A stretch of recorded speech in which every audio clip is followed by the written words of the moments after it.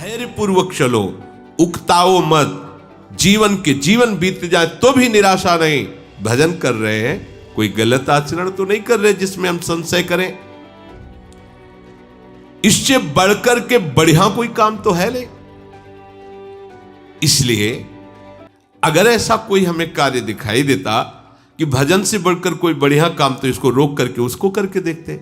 सबसे बड़ा कार्य, सबसे महामहिम कार्य मनुष्य जीवन का भजन करना है, वो हम कर रहे। प्रभु मिले ना मिले, हम भजन नहीं छोड़ने वाले। धैर्य पूर्वक बुद्धि को वश में कर लो। इस बात के लिए तुम्हें कभी वो विचलित न करे कि मुझे शांति नहीं मिली, आनंद नहीं मिला, भगवत साक्षात्कार नहीं हुआ, दिव्य स्वप्न नहीं आते, दिव्य महापुरुषों का संभाषण नहीं मिला, अभी हमें लीला दर्शन नहीं हुआ। बिल्कुल आप शांत रहिए, ये आगे से आगे आपको मिलता। और आपको एक आंतरिक बात बता दें, परमार्थ में प्रभु इसलिए आपको आपके सद्गुणों का अनुभव नहीं होने देते कि आपको अहंकार आ जाएगा। जैसे जैसे सद्भावना भजन बढ़ता है, वैसे वैसे अपने में हे भाव आता है, मैं कितना नीच हूं, जैसे भजन करना चाहिए वैसा भजन नहीं होता। ये प्रभु की कृपा होती है कि अपने में अहंकार ना कर दैन्यता आए, और भजन जितना बढ़ाओगे उतने ही भजन की भूख बढ़ती चली जाएगी। कभी आपको ऐसा नहीं आएगा कि मैं बहुत भजन करता हूं। जब आपको बात आएगी तो हृदय से आएगा कि जैसा भजन होना चाहिए वैसा नहीं होता। ये सच्चे भजनानंदी का लक्षण है। उसका हृदय बोलेगा चल रहा है, बस एक क्रिया मात्र चल रही, जैसा होना चाहिए वैसा नहीं हो रहा, क्योंकि उसके सामने वो महापुरुष हैं जो प्रेम रस में डूबे हुए हैं। देख रहा है उनकी स्थिति को, तो उसको अपनी स्थिति बहुत लघु लग रही है। प्रभु अहंकार अपने जनों में नहीं आने देते। संसार का महत्व हट रहा है, प्रभु का भजन बढ़ रहा है, यही हमारा परम लाभ है, परम सिद्धि है। तो शनै शनै रूपर में तो धीरे धीरे तुम विषयों को छोड़ो। शनै शनै क्यों कह रहे? जैसे सेवक जी कह रहे सहित सहित बाढ़ है भगति। आज से एकदम ये नहीं ये नहीं ये नहीं ये नहीं, 1 2 दिन 4 दिन 5 दिन फिर उसी में गिरोगे, ऐसे नहीं। एक एक विषय को समझते जाओ धीरे धीरे, और जो छोड़ते जाओ उसे दोबारा पकड़ो मत। जैसे क्रमशः धीरे धीरे आपको बाजार का नहीं पाना, लंबा समय 1 वर्ष का दिया, मतलब गया, इस जीवन में दोबारा नहीं पाना है, गया। ये हम उन उपासकों को कह रहे हैं जिन्होंने भगवत प्राप्ति का दृढ़ निश्चय करना है या कर चुके हैं, जो सीधे लक्ष्य बना चुके हैं इसी जन्म में भगवत प्राप्ति। अब आपको 2 टाइम ही केवल भोजन करना है, एक 11 से 12 के बीच में, और एक 8 से 9 के बीच में, बस। फिर नहीं लेना, कुछ नहीं लेना। ये रसेंद्री का संयम प्रारंभ हुआ। महापुरुषों से सुना है कि आपकी और इंद्रियां सब वश में हो, रसेंद्री वश में ना हो तो आप जितेंद्री नहीं माने जाओगे। अगर रसेंद्री वश में तो स्वाभाविक सारी इंद्रियां अपने आप वश में हो जाएंगी। वनवासी को रसेंद्री पर विशेष अधिकार कर लेना चाहिए। हम लोग रसेंद्री को एकदम छूट दे देते हैं और सोचते हैं अन्य इंद्रियों पर हम अपना शासन कर लेंगे। असंभव। मूल है रसेंद्री, रसेंद्री को सुधार लो, सब ठीक हो जाएगा। इसी से सब है। तो रसेंद्री सुधारने के लिए जैसे जैसे आपके कदम बढ़ रहे, जैसे जैसे महापुरुषों के द्वारा सिद्धांत हमारे सामने आते जा रहे, जो जो कदम बढ़ाते जाएं, बिल्कुल आगे आप बढ़ाइए, पीछे मत हटाइए। कोई भी परेशानी है, 1 हफ्ता 10 दिन, बस औषधियों के द्वारा उसे क्रॉस कीजिए, उस समय को खत्म। फिर इसके बाद आपको वो, अगर आप कमजोर हैं तो फिर आप बार बार गिरेंगे, फिर बात नहीं बनेगी। एक बार आपने शासन किया इंद्रिय पर, बस चढ़ते चले जाओ। दुश्मन को सांस लेने का अवसर मत दो। देखो, वही धोखा खाता है जो अपने शत्रु पर दया करके बख्श देता है। चतुर शासक शत्रु को बख्शता नहीं है। जो इंद्रियां हमें अनंत जन्मों से हमारे प्रीतम से विमुख रखकर हमारा नाश करती रही हैं, आज गुरु कृपा से उन पर शासन करने का हमें अवसर मिला है। दुश्मन नीचे दब चुका है, आप ऊपर से उसको छोड़िएगा नहीं, आप चढ़े बैठे रहिए जब तक उसकी दम ना निकल जाए, फिर बात हो जाए। उसकी दम निकल गई तो अब हमारी दम रहेगी, अब हम अपनी दम से चलेंगे प्रभु की तरह। इंद्रियों की दम निकल जाना, मन की दम निकल जाना, विषयों के प्रति आकर्षण नष्ट हो जाना, मन मरा अर्थात विषयों की स्फुरना ही बंद हो गई। ये करना ही है, ये नहीं कि बस अब कुछ दिन की और बात है फिर नहीं। अब ये जन्म के जितने भी हमारे अंदर दोष हैं, झूठ ढूंढ करके उनको शनै शनै रुपर मेद बुद्धिया धृति ग्रहितया, बड़े धैर्य पूर्वक धीरे धीरे कदम बढ़ाओ, जो छोड़ते जाओ, दोबारा उधर मत देखो। जितने कम से काम चलने लगे बहुत अच्छा है। हर समय भजन परायण रहो। ये विषयों के सेवन से कोई शांति नहीं मिलती। जल्दीबाजी विषय त्याग के लिए भी न करें। देखो ये बहुत शोधी हुई बात भगवान कह रहे, आज से ये बंद, आज से ये बंद, आज से नहीं बंद कर पाओगे। धीरे धीरे एक चीज छोड़ो, 2-4 महीने आराम से रहो, फिर धीरे से छोड़ो, फिर धीरे से छोड़ो, नाम को पकड़े रहो। आप धीरे धीरे एकदम निर्विकार हो जाएंगे। एकदम सब पूरी लाइन काट दी तो सब पूरी लाइन चलने लगेगी और बढ़ के चलने लगेगी। देखो कोई भी विषय जब हम छोड़ते हैं तो जो इंद्री जिस विषय में आसक्त रही है वो पूरे जोर से हमको परास्त करने की कोशिश करेगी। जितना पहले सेवन नहीं करते उससे अधिक सेवन करने लगोगे। जब आप छोड़ने का संकल्प बनाना चाहोगे वो आपको ये दिखा देगी कि तुम मेरे बिना जी नहीं सकते हो। अब आपको दिखाना है कि मैं तुम्हारे को मार के रहूंगा। धीरे धीरे धीरे धीरे कदम बढ़ाते हो जाओ। उसको ये समझने न दो कि हम इसे छोड़ने वाले हैं। धीरे, और एकदम नहीं छोड़ा जाता। धीरे धीरे छोड़ते छोड़ते ऐसी ऊंचाई पर पहुंचे, बस राधे श्याम। जहां छूटा तो दोबारा नहीं स्वीकार करना, ध्यान रखना। धीरे धीरे भगवान कह रहे शनै शनै रूपर मेद बुद्धिया धृति गृहीतया, धीरे धीरे उपेक्षा करते हुए ठान लिया है कि अब इसे नहीं खाना है पर खाएंगे। धीरे धीरे उसको छोड़ेंगे।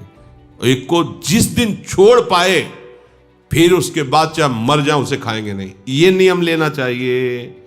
धीरे धीरे जिस विषय का त्याग किया उससे मुक्त हो गए। हमें पूरे जगत से मुक्त होना है, पूरे जीवन मुक्त होना है। तो धीरे धीरे जिस विषय की आवश्यकता नहीं थी प्रभु ने छुड़वा दिया।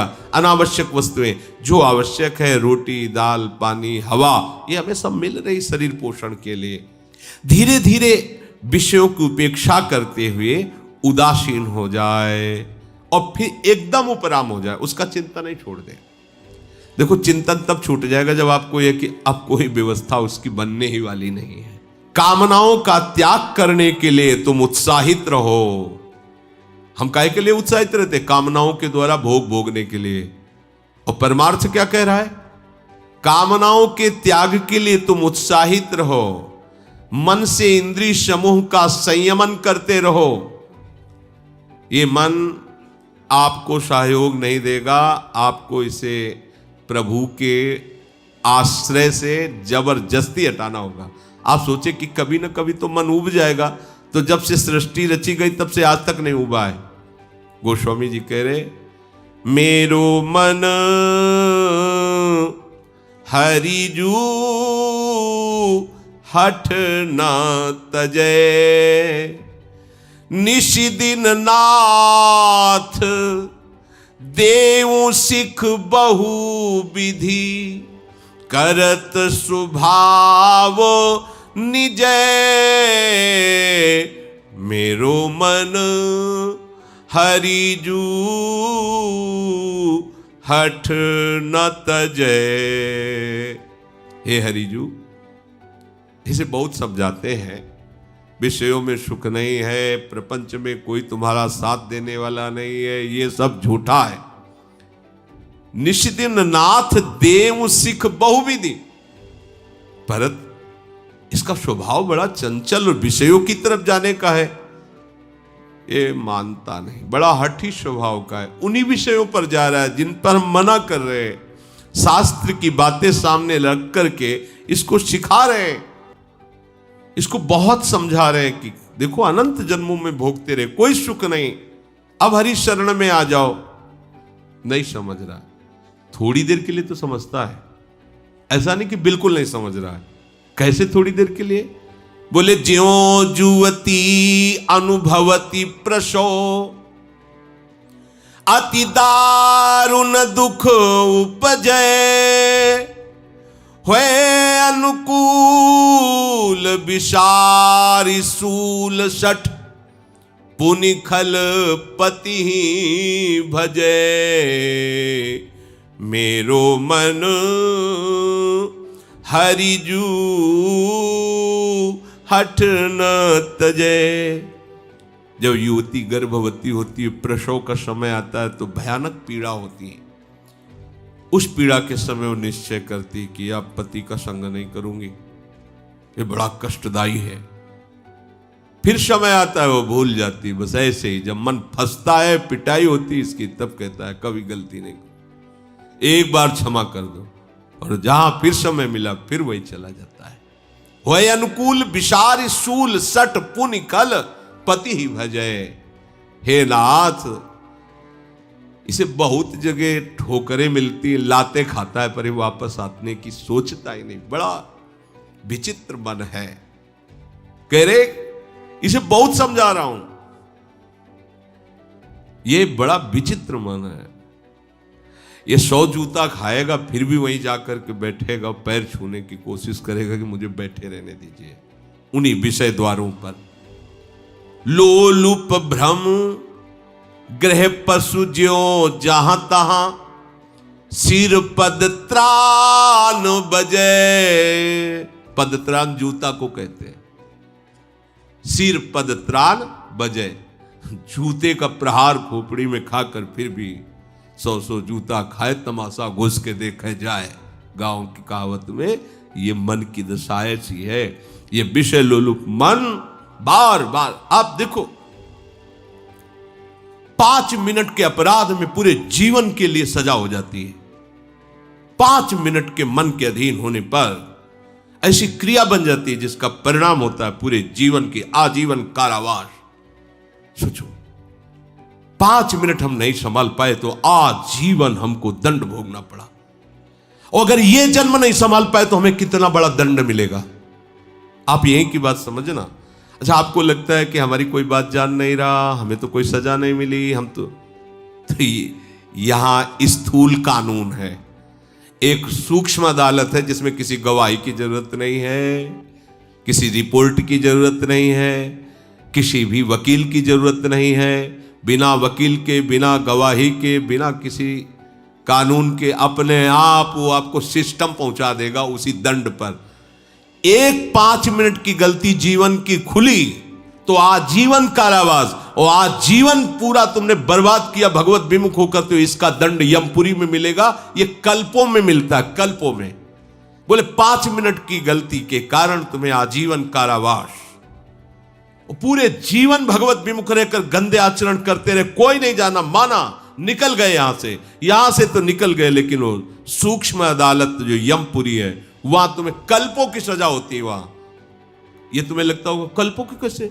ऐसे ही जैसे 5 मिनट के गंदे आचरण का फल आजीवन कारावास, ऐसे ही पूरा जीवन तुम्हें भगवत भजन के लिए दिया गया था, अपने उद्धार के लिए दिया गया था, और तुमने मनमानी धर्म विरुद्ध आचरण किए।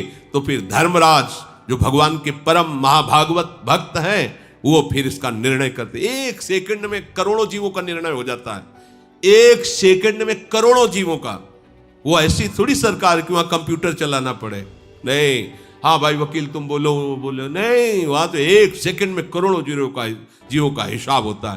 पूरी सृष्टि का न्यायालय है वो, पूरी सृष्टि का, और लगातार चलता ही रहता है वहां। और वहां मरना है नहीं, वहां केवल दंड ही दंड है, भोगना ही भोगना है, सांस लेने का भी सुख नहीं है। भयभीत हो जाओ, जैसी हित हरिवंश हित सजनी स्वरूपा महाप्रभु ने ये कहा, बहुत बड़ी बात कह दी। प्रिया प्रीतम के सुख का वर्णन करने वाले महापुरुष थोड़ा सा संकेत, जय सीत हरिवंश नरक गति दुर्बर। नहीं मानता है मन। हम अपनी इंद्रियों की गंदगी ये साफ करें, जो इंद्रियां बार बार गंदे विषयों की तरफ जा रहे हैं, और इसकी सफाई के लिए समर्थ है नाम। नाम, निरंतर नाम। भूलिए मत, घाटा मत कीजिए। ये परम धन है, सच्चिदानंद में त्रिकाल में भी, महाप्रलय में इस नाम का नाश नहीं होता। ये सुरक्षित रहेगा, आप जहां भी होगे आपके पास रहेगा, ये आपकी सुरक्षा करेगा, आपको सुख प्रदान करेगा। ये आपका बल है, ये नाम ही बल है। वो बड़े अभागी हैं जो इस बल को न रखकर और बल को रखते हैं। अपबल, तपबल और बाहुबल, चौथो बल है दाम। सूर किशोर कृपाते सब बल, हारे को हरिनाम, ये है सब बल। पर जो इधर से हार गया है जगत की तरफ से, थक गए प्रभु, मेरे नेत्र, मेरे हाथ, मेरे पैर, मेरी बुद्धि, मेरा बल सबने साथ छोड़ दिया, तब ये नाम का बल पकड़ा जाता है। अभी आप थोड़े बारे कोई न कोई बल का आश्रय लिए, इसलिए नाम को भूल जाते नहीं। कैसे भूल सकते हैं? महाबल नाम है, तत्काल रक्षा करता है, सर्व सामर्थ्यशाली है। अपने लोग इतनी महामहिम नाम की महिमा सुनकर के भी प्रीति नहीं कर पा रहे, दुर्भाग्य नहीं तो और क्या है। नाम को छोड़कर और कुछ बोलते हैं, और कुछ सोचते हैं, और कुछ चिंतन करते हैं, राग द्वेष का चिंतन करते हैं, भोगों का चिंतन करते हैं। अभी मूढ़ता छोड़ नहीं पा रही, हमारी बुद्धि इस मूढ़ता को नहीं छोड़ पा रही। तो भगवान कह रहे छोड़ो, श्री भगवान कह रहे बुद्धि में ऐसा धैर्य रखो, धीरे धीरे इन विषयों को छोड़ते चले जाओ, इनसे उपराम होते चले जाओ। एकमात्र अपने आराध्य देव युगल सरकार में सम्यक रूप से बुद्धि की स्थापना कर दो। धीरे धीरे विषय छोड़ने की बात कही गई। एकदम उकताया हुआ हाथ छोड़ा, 10 दिन बाद फिर उसी में गिर गए, ऐसा नहीं। क्रम से धीरे धीरे जितना पैर आगे बढ़ाओ, फिर पीछे मत हटाओ। जो छूटा उसे दोबारा सेवन मत करो, वो हमारा जीवन नहीं है। उसके बिना हमारा जीवन चल जाएगा, लेकिन प्रभु के बिना हमारा जीवन नहीं चलेगा। संसारी आदमी का जीवन प्रभु के बिना चल रहा है, ऐसा अनुभव में आता है उसको। रुपया नहीं तो जीवन नहीं, रिश्ते नाते सने संबंधी नहीं तो हमारा जीवन नहीं, भोग सामग्री नहीं तो जीवन नहीं। तो फिर क्या आत्महत्या कर ले? यही हो रहा है। लेकिन वास्तविक बात है, प्रभु नहीं तो हमारा जीवन नहीं, उन्हीं से हमारा जीवन। जब ये समझ जाओगे तो ये बात नहीं आएगी कि मैं अपने शरीर को नष्ट कर दूं। आपका हृदय किसी भी परिस्थिति, किसी भी समस्या में हो, आनंदित रहेगा, क्योंकि आपके जीवन धन आपके साथ है। और वो जीवन धन कौन है? जो अनंत ब्रह्मांडों के स्वामी। तो कमी क्या? फिर क्या कमी? फिर उदासता कैसी रहेगी? फिर निराशा कैसी रहे? समझो इस बात को। बुद्धिया धृत ग्रहीतया, उपासक जब साधना करता है, उपासना करता है, तो उसको काम क्रोध की ऐसी चोट लगती कि वो घबराता है, उकताहट पैदा होती है, जल्दी भगवत साक्षात्कार हो जाए, झंझट खत्म हो। क्योंकि आसपास से उसको इतना ताप लगता है विकारों का कि वो सोच ही लेता जल्दी से भगवत प्राप्ति हो। हाँ, अभी 3 दिन हुए, नहीं हुई, पता नहीं इस मंत्र में ताकत है कि नहीं है, इस साधना में है कि, छोड़ो, दूसरी पकड़ो, तीसरी पकड़ो। नहीं नहीं, ऐसे नहीं चला जाता परमार्थ में। ये भगवत मार्ग है, धैर्य पूर्वक चला जाता है। बुद्धिया धृति ग्रहीतया, कभी भी इस मार्ग में निराशा हमें लानी ही नहीं है। बहुत ध्यान से सुनना। भजन करते समय, ध्यान करते समय, भगवत आराधना करते समय हमारे हृदय में ये माया जनित प्रेरणा आएगी। देखो ना, इतने दिन करते हुए तुम्हें क्या लाभ मिला, वो आपको इधर से हटाएगी। ये माया का क्षेत्र है। ये जो विचार आ रहे, इतने दिन हो गए तुम्हें भजन करते, ब्रह्मचर्य रहते, तुम्हें साधन करते, क्या मिला? और देखो ना इन लोगों को कितने आनंदित है, विषयों में खेल रहे हैं, जो चाहे वो भोग रहे हैं, जो चाहे वो खा रहे, कितनी मौज मस्ती है। और इतने दिनों से हम ये संयम, ये संयम, ये संयम, मिला क्या यार? जिंदगी तो वैसे ही जलते हुए जा रही। ये प्रेरणा करेगी माया, ये भ्रम पैदा करेगी। अभी भगवत प्राप्ति तो हुई नहीं, कोई आनंद तो आया नहीं। आगे क्या होगा जब इतने दिनों से नहीं आया है? इस बात को लेकर साधक को माया अपने में आकर्षित करती है। देखो उधर नहीं मिला ना, इधर तुरंत देंगे, ये भोग लो, ये देख लो, ये सूंघ लो, ये खा लो, ये पी लो। और साधक भूल कर बैठता है।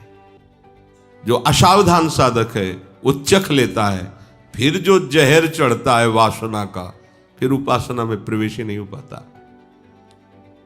साधक को सावधान रहना है कि हम भजन का अभ्यास जो कर रहे हैं यही सिद्धि है। बार बार वही बात समझाई जा रही। आपको उकताने की जरूरत नहीं, घबराहट नहीं, निराशा नहीं, उकताना नहीं है, धैर्य रखना है। बिल्कुल साधन में सफलता नहीं मिल रही, बहुत समय तक सफलता नहीं मिल रही, अर्थात कोई दैवी संपत्ति नहीं दिखाई दे रही, कोई भगवद आनंद नहीं लग रहा, फिर भी सत्य है नाम, सत्य है धाम, सत्य है भगवत मार्ग, चुपचाप चलते रहो, तुम्हारे अशुभों का नाश हो रहा है, तुम्हें पता नहीं चल रहा है। तुम्हें विफलता दिखाई दे रही, लेकिन उसमें सफलता है, तुम्हें समझ में नहीं आ रहा। माया में सफलता दिखाई दे रही, लेकिन तो विफलता है, तुम्हें समझ में नहीं आ रहा। वर्षों के वर्षों बीत जाएं, शरीर भले छूट जाए, परवाह नहीं, पर भजन नहीं छूटने देंगे, कुछ लाभ मिले या ना मिले। ये इस मार्ग का उपासक कैसा धैर्यवान होता है। पूज्यपाद श्री उड़िया बाबा जी महाराज जब साधन काल में साधना करते थे तो एक छवि ऐसे रखते थे महात्मा बुद्ध की, और ये श्लोक उस छवि के ऊपर लिखा हुआ था। और उस छवि में महात्मा बुद्ध की हड्डी हड्डी केवल शरीर में रह गई थी, शुष्क एकदम शरीर सूख गया था, कृष्ण एकदम शरीर, आंख मूंदे हुए एक वृक्ष के नीचे बैठे हुए, ऊपर ये श्लोक लिखा हुआ था, इहासने शुष्यतु मे शरीरम त्वगस्थिमांशं प्रलयं च यातु अप्राप्य बोधम बहुकल्प दुर्लभम नैवासनात् कायमिदं चलिष्यति। इसी आसन पर बैठे हुए मेरा शरीर सूख जाए, चमड़ी मांस हड्डी तक गल जाए, नष्ट हो जाए, पर जब तक ब्रह्मबोध नहीं होता तब तक मैं उठने वाला नहीं। ये महात्मा बुद्ध जी ने पहला संकल्प किया था जब घर से निकलकर एक आसन पर बैठे, तो ये संकल्प, यह आसने शुष्यतु मे शरीरम त्वगस्थिमांसम प्रलयम च याति।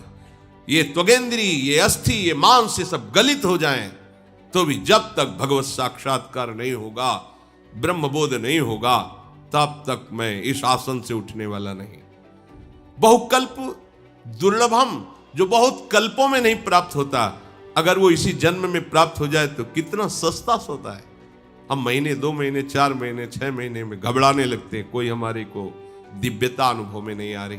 राधा राधा बोल रहे हो, धाम में रह रहे हो, धाम के आश्रित हो, भगवत मार्ग में चल रहे हो, ये तुम्हें दिव्यता नहीं दिखाई दे रही?